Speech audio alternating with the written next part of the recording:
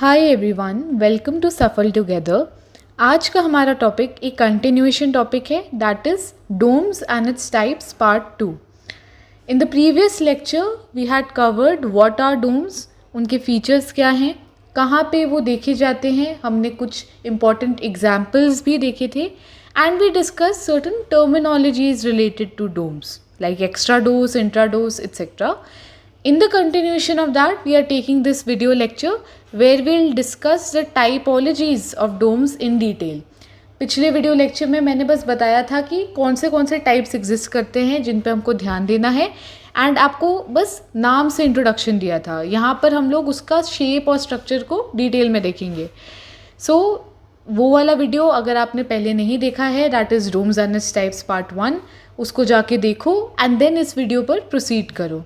So if we look at the brief recap of the previous video lecture, although मैंने suggest करा है आप ये उसको जाकर देखिए, but just to maintain the continuity of the topic, I am taking a few points into consideration. So ये points एक बार देख लो आपको याद है कि नहीं।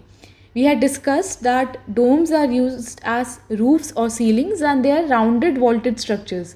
Rounded shape है, दिख रहा है ये तो सबको, circular rounded shape, and they are being used as roofs or ceilings. Roof क्या होता है? That is the topmost part covering a building, right? And the ceiling is the interior part which is covering a floor. It can be in the form of a slab or it can be in the form of the top part as well of a building. And they are being used for covering a space from top, right? आप डोम से कोई जगह को cover कर रहे हैं, छत provide कर रहे हैं. So that is being there. And then there is a hemispherical shape. We know that 3D shapes है, क्यूब, क्यूबॉइड, स्फेयर, ग्लोब जो होता है, बॉल जो होती है, all these are spherical in nature. When you cut that sphere in half you get a hemisphere. Now यही hemisphere को imagine करो आपने किसी बिल्डिंग के टॉप पे रख दिया है एंड वो बिल्डिंग ऊपर से खुली है लेकिन you are covering it using that hemisphere and that is what dome is all about. And these domes are different typologies are existing for these domes. They are of different types on the basis of material, on the basis of shape, on the basis of structure and the construction technique. उसके बाद हमने देखा था कि they are having acoustic as well as aesthetic properties. Aesthetic is anything which is visually appealing. Visually appealing मतलब आँखों को देखने में अच्छा लगे, आँखों को देखने में सुंदर लगे. You don't find it that something is out of place. आँखों में चुभे नहीं, right? And acoustic is what? Acoustic is the property which is related to sound. So domes में मैंने ये बोला था कि जैसे ancient temples हैं या कोई भी ऐसे बिल्डिंग है जहाँ पे डोम प्रेजेंट है, you will go inside, you will realize that the sound or the voice will get amplified. मतलब even if you are using a sound or you are making a sound at a lower amplitude, मतलब धीरे अगर आप कोई आवाज़ निकाले तो भी वो ज़्यादा बड़े स्केल या ज़्यादा इंटेंसली सुनाई देगी, ज़्यादा एम्पलीफाइड होकर सुनाई देगी एंड कुछ केसेस में एको भी करती है. I think you would have notice this when you are going to old temple, old place जहाँ पे डोम स्ट्रक्चर्स हैं, या इवन आई मीन मॉस्क या टेम्पल्स का एग्जाम्पल मॉडर्न डे में भी you can see that. And then again they are use in ancient buildings, they are use in religious buildings. Ancient में you are having forts, you are having tombs. Religious buildings I have discussed, you are having it in mosques, temples, etc. And you are also having it in the sanctuaries or the prayer halls in the Buddhist architecture style. We'll look at the features of Buddhist architecture later, but just have a brief idea about where domes are being used. And domes are also being used in government buildings. Now an apt example for the same, I have also attached a picture here, that's of Rashtrapati Bhavan. Rashtrapati Bhavan, the president's residence, it is there in New Delhi. And you can see the form, it is also having a dome at the top. And the dome structure has been inspired by Buddhist architecture. ठीक है, so government building में है, ancient building में है, religious building में है, and they are mainly prominent in Persian, Byzantine and Roman architecture. You'll see domes being a structural element in many architecture styles, that too of India, across the world, etc. But prominently या rootedly ये तीन styles में दिखेगा ही दिखेगा. Domes are also strong structures because they are actually going about the load distribution in an even manner. तो एक जगह डोम में लोड कॉन्सेंट्रेट नहीं होगा, इवन डिस्ट्रीब्यूशन होगा फ्रॉम ऑल साइड्स ताकि structure remains intact. After that, I would like you to notice the types of domes and their structures and their materials. The first dome type that we have is hemispherical dome. Simple dome type है, half sphere shape. मैंने बताया hemisphere क्या है, sphere उठाओ उसको आधा करो, you get a hemisphere. You are using it to cover a space, that's a hemispherical dome. And they are commonly use in Byzantine and Islamic architecture. Islamic architecture का एक और डोम स्टाइल है which I will tell you in onion dome. उसमें जेई and नाटा पे repeated question भी आता है. So this is the picture of hemispherical dome. After that we have an onion dome. You can see that onion सबने देखा हुआ है, घर में आता है, and it is having a bulbous shape. Bulbous shape, this part is called like a bulb. It is being protruding towards the top like this, and it is having a pointed top. So it's resembling an onion also. यहाँ पे ना कुछ ऐसे डोम types है जो आपको नाम से ही पता लग जाएंगे कि हाँ मतलब you can have a picture in your head. You can imagine how it would look like. So that is the easier part about the typologies. And this is what an onion dome looks like. And the examples, okay, repeated examples questions में कौन से आते हैं? Taj Mahal and Saint Basil's Cathedral. The picture you are looking at right now is Saint Basil's Cathedral and it's in Russia. And Taj Mahal का भी question आता है. They'll magnify the image of the Taj Mahal. They'll focus on the dome or maybe they'll just show you the picture of Taj Mahal and they'll ask you कि ये dome किस type का है. So that's an onion dome. And that's a repeated question. Please keep that in mind. The third type of dome we have is the saucer dome. Note, also known as segmental dome. So that's another name for saucer dome. And the profile is less than half of a circle. Circle सबको पता है. Half a circle is what? Semicircle. So we can see that it is 1/2 of a circle. A semicircle. But अगर semi circle से भी थोड़ा सा part में काट दूँ तो we can see it's about 1/4 of a circle. So that is having a profile less than half of a circle. मतलब एक सेमी सर्कल से भी कम उसका प्रोफाइल है. ये दिख ही रहा है, ये यहाँ पे इसका फेस सेमी सर्कल से भी छोटू सा आ रहा है. That is what a saucer dome is and it is also known as segmental डोम.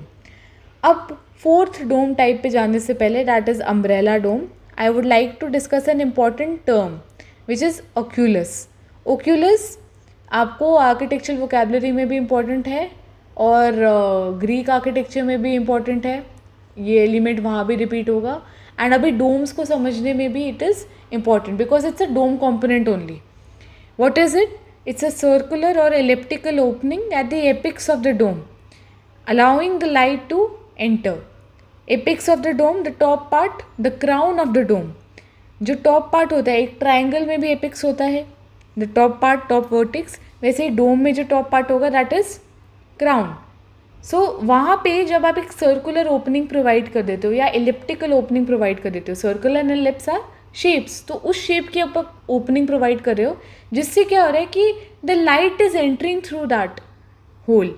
तो एक ऐसा होल लाइक मैंने एक पिक्चर भी अटैच कर रखी है. This is an oculus. You are creating a hole और an opening in the dome at the top और at the crown. And that is allowing the light to enter inside. So actually it looks like very aesthetic in nature because जैसे ही light इसे enter करेगी तो अंदर से वो light का जो इफेक्ट आएगा that will contribute to the aesthetics. So this is what an oculus is. It's a circular or elliptical opening at the apex of a dome through which light is entering. Pantheon में दिखेगा which we'll discuss in Greek architecture. After that we have umbrella dome. Umbrella dome is also known as pumpkin dome. It is also known as parachute dome, ribbed dome, melon dome, organ pipe dome. ये क्या है? यहाँ पे दिख ही रहा होगा, इसका shape जैसा है. The last picture is showing. ये कहीं ना कहीं एक मेलन को मतलब सिमिलैरिटी देख सकते हो मेलन से, पम्पकिन से. पैराशूट सब ने देखा है. शेप कहीं ना कहीं मैच हो रहा है. इसका विजुअल जैसा अपीयरेंस है वो कहीं ना कहीं ये सारे नेम से मिलता जुलता है. सो इनके अदर नाम भी एक बार you can go about. Now you can see that in an umbrella dome, the base is divided into curved segments. ये ऐसे ऐसे जो बाहर आ रहे हैं, these are segments of a circle. So ये segments curved हैं, they're not actually straight lines. And then the fifth dome type we have is a crossed arch dome. Now the ribs are these, what are these segments को जो ऐसे बना रही है ना, these are the lines. So these ribs are not meeting at the center of the dome. These lines are not meeting at the center of the dome. यहाँ पे कोई origin point नहीं है, बट ये एक दूसरे को ऐसे इंटरसेक्ट कर रही हैं ऑफ सेंटर मतलब सेंटर से दूर, ताकि सेंटर पे एक पॉलीगनल स्पेस फॉर्म हो जाए. तो you can see the first picture, that's a crossed arch dome. यहाँ पे these ribs और these lines are not meeting each other at center. ये एक दूसरे को इंटरसेक्ट कर रहे हैं ऑफ सेंटर, मतलब सेंटर से दूर एक दूसरे से मिल रहे हैं, लेकिन ऐसे मिल रहे हैं कि बीच में एक पॉलीगन फॉर्म हो रहा है, and that polygonal space is being formed at the center. So this is a crossed arch dome. Then we have oval dome. It is a type of variation in circular dome only, मतलब circular dome का ही एक सब type बोल सकते हो. And ये कहाँ यूज़ हो रहा है, जहाँ पे circular dome is not suitable. अब कोई डोम स्ट्रक्चर किसी जगह पे सूटेबल नंबर ऑफ रीजंस के लिए हो सकता है. मे बी वो मटेरियल या कंस्ट्रक्शन टेक्निक उस जगह के लिए ऐप्ट नहीं है, साइट के लिए ऐप्ट नहीं है, एट्सेट्रा एट्सेट्रा. सो जहाँ पर circular dome is not suitable due to the reasons which are not foreseen, oval dome will be used, and they are used in Baroque and Rococo architecture. These architecture styles also we'll look at in detail later. This is a picture of an oval dome as well. Next we have beehive dome. Now another name of beehive dome is corbelled dome. I am emphasizing again and again on the synonyms, because kabhi kabhi the synonyms are asked in the question, that what is another name for this, or they'll also ask you the name and then they'll show you the suitable pictures कि ये कौन सी picture से match हो रहा है ये नाम, stuff like that. Any permutation of or combination of questions you can make. So that's why it's better कि आप हर डिटेल पे जाएं. And it is also a false dome. False dome is a beehive dome. Now why is it a false dome? यहाँ पे क्या है ना, picture में देखो तो this dome is consisting purely of horizontal layers. ये दिख रहा है, कोर्सेज ऑफ ब्रिक्स हैं इस वाले इमेज में. हॉरिजॉन्टल लेयर्स को एक के ऊपर एक के ऊपर एक के ऊपर लिखा हुआ है, ऐसे रखा हुआ है साथ में, and it's forming a dome structure. So these horizontal layers are actually constituting the dome. और जैसे जैसे ये लेयर्स ऊपर जा रही हैं तो ईच ऑफ देम इज़ कैंटिलीवर्ड. कैंटिलीवर्ड क्या होता है, कोई भी चीज़ कैंटिलीवर्ड तब है जब वो एक प्रोजेक्शन फॉर्म करिए इन वन डायरेक्शन और वो सपोर्ट उसको प्रोवाइडेड है फ्रॉम दैट पर्टिकुलर डायरेक्शन, मतलब एक डायरेक्शन से सपोर्ट है और वो किसी और डायरेक्शन में बस प्रोजेक्ट आउट हो रहा है. So that is कैंटिलीवर्ड.